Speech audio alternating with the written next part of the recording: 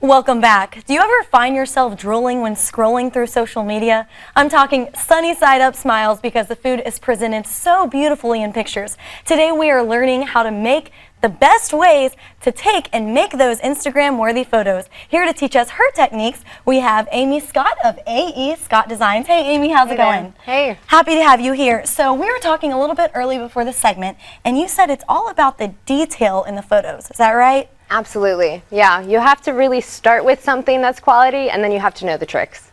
And speaking of the tricks, we have so many beautiful items presented out here, but they're not for consumption if we're taking photos of them, correct? Right. Well, I just want to make sure everybody always understands that sometimes if you're going to be cooking something or undercooking something, that you would take a risk if you were eating that. And so just make sure you follow the rules of cooking things well. We don't want to get sick. So let's get started. We have an egg boiling over here, and this is a sunny side up. And I've personally never cooked one before. So is this the normal routine of how you would cook the egg to make it Instagram worthy? Well, for food photography, this makes a lot of sense, but I don't know many people that would cook an egg this way otherwise. So really what we've done here is cracked an egg into about 1/4 inch of oil, and we wanted to make sure that we don't touch the yolk at all, because the yolk is going to be this bright, really beautiful spot in it, but if you let the oil touch it and cook it, it's going to go opaque, and it doesn't look that interesting anymore. It's great for eating, but maybe doesn't look as interesting. Okay, and I saw you do something earlier with this. I've never seen this before. Can you explain it? Yeah, so this is a cooking thermometer, and what I wanted to make sure was that the oil was at about 200 degrees. I don't want it any hotter than that or cooler, because it takes about 4 minutes to cook it this way, but if you go hotter, you're going to get a bunch of popping and basically fry the egg, and so we don't want that. That won't look good either. Right, right. And so come over here, and it is the finished product. So pretty. There's no of that scorch or burnt like you said.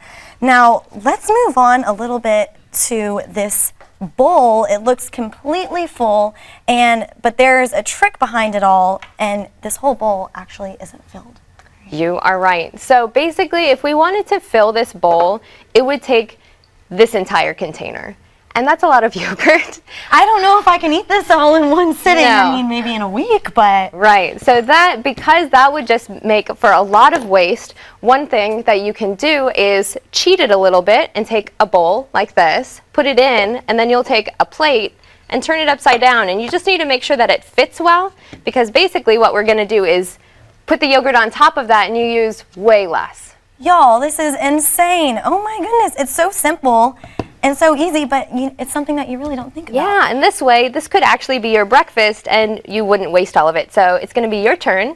You give it a go. Oh, I get to, so okay. It'll be like frosting a cake. So put it on in there. You're going to cover it all the way to the edges, and you can make it as pretty as you want. I was going to say, don't test me because you are the expert at this, but I'm going to try to spread it my best I can. Here we go. All right, and it's looking, oh my goodness, it looks like the bowl is completely filled to the top. And there you go. Insane. That's all that it takes. And then I guess we make it pretty with all of these extra berries and, what would you suggest? Do you suggest making it in a line like this every time, or can it just be kind of sprinkled? You know, you can follow your heart's desires. People on Instagram, people do all sorts of things.